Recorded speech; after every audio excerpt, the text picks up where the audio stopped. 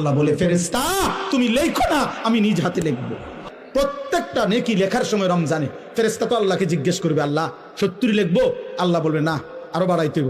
কেডা নাম কও? আব্দুল আউয়াল। আচ্ছা তো লেখ, 700 লেখ। ও না না, 7000 লেখ। না না, 70,000 লেখ। না না, 7 লক্ষ লেখ। এক সেজদা 70 লাখ লেখ। কসম আল্লাহর তাফসীর আছে, 7 কোটি লেখো, 70 কোটি লেখো, 70,000 কোটি লেখো।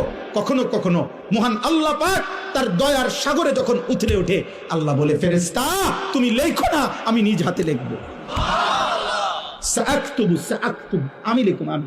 তুই পারতি না ফেরেশতা, তোর কম্পিউটারে দুধ ধরে না, তোমার কলম হইতো না।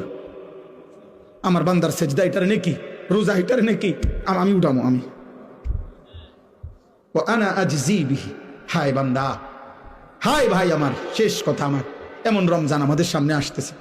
এত বড় শ্রেষ্ঠতম সুযোগও পেয়ে যদি কেউ জাহান্নাম থেকে বাঁচতে না পারে, তারে আর কি করত? তাকে আর কি করত?